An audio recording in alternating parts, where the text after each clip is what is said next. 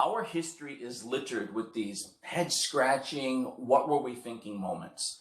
You know, moments in the past where we thought something was a pretty good idea, but turns out it was pretty bad. Up until the 1920s, heroin was sold over the counter. It made you glow.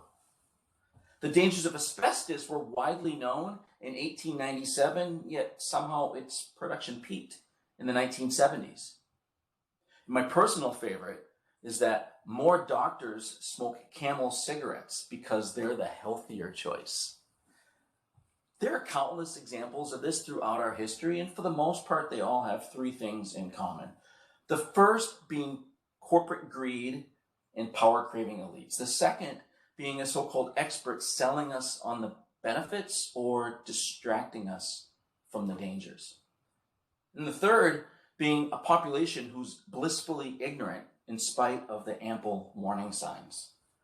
Now, friends, I come to you today as the canary in the coal mine because I believe what we're doing with our personal and private data online has us in the middle of this biggest what were we thinking moment of all time.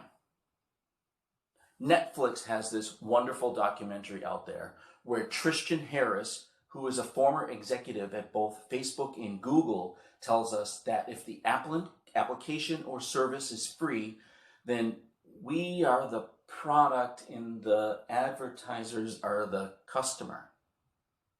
Let me say that again. If it's free, you are the product. Now, for the most part, he was talking about social media applications, Facebook, Google, Instagram, stuff like that. Unfortunately, this practice of collecting and selling our data has made its way into applications we use at work, applications that we pay for or our employers pay for. And the reason is that there's really good money in selling our data. Oh, Apple deserves a lot of credit here. They're the ones who blew the lid off of this thing, off the collection of our data and selling it, when they released what's called iOS privacy nutrition labels. Just like nutrition labels on food, which tell us about the food we're putting in our body and what's in it, privacy nutrition labels tell us about the data that's being collected on us and how it's being linked to our identity. Now, anyone can see this. You can go to any app in the App Store, scroll down to the data privacy section, and you'll see the amount of data that's being collected on us. Some it's very bad, some it's not so bad after all. So let's look at three applications we use at work on a daily basis, and let's compare how they're being used. Now, these applications were made very, very popular during the COVID pandemic. So let's look at the first one. So Cisco Webex. So Cisco is a company who is maniacal about individual data privacy rights. And for a company like that, this is basically what you'd expect. They're not collecting anything of our private data. And to go to the food analogy, this is basically like eating a banana. And if we look over here, if that's like eating a banana, that is like eating pure aspartame with a side of carcinogens. Now, this is just a screenshot from the App Store. Anyone can go and look at this, but let's zoom in and see here what's really going on.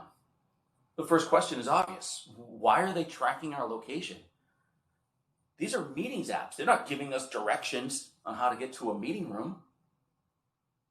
Why do they need to know our location? Why are they collecting our emails and text messages? Why are they collecting our photos and videos?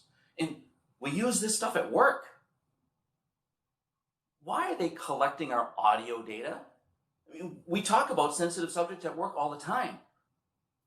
We talk about intellectual property and trade secrets. So now they have access to that data? What's really going on here? And they'll stand up and tell us, oh, we don't rent or sell your data. Look, it says so right here in our end user agreement.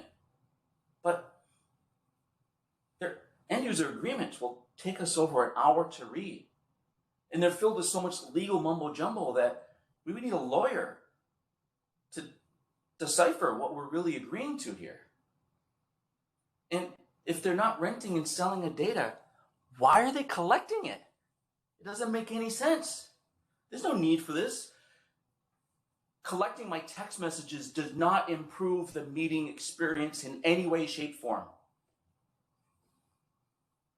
And so-called experts will tell us that, oh, these applications that are collecting our data like this, okay, it's just for advertising and marketing. You know, it'll help you out.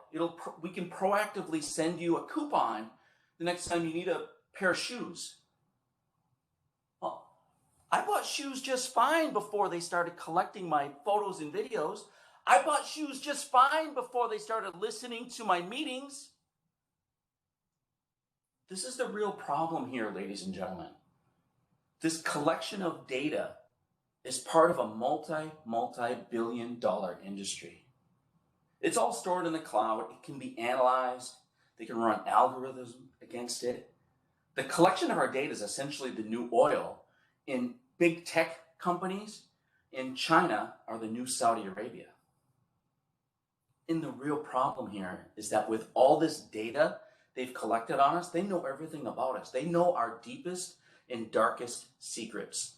They know how we think. They know how to push our buttons.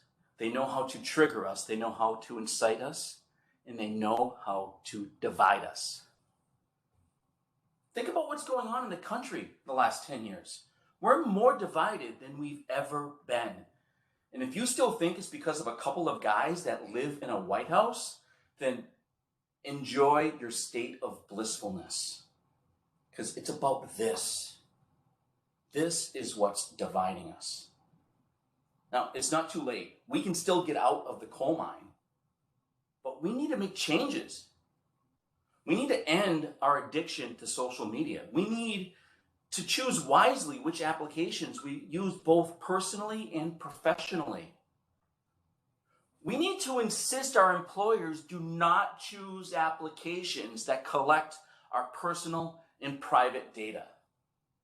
We need to do this ourselves. This has to be a grassroots effort because, after all, it took over 20 years for Surgeon General's warning to show up on a pack of cigarettes.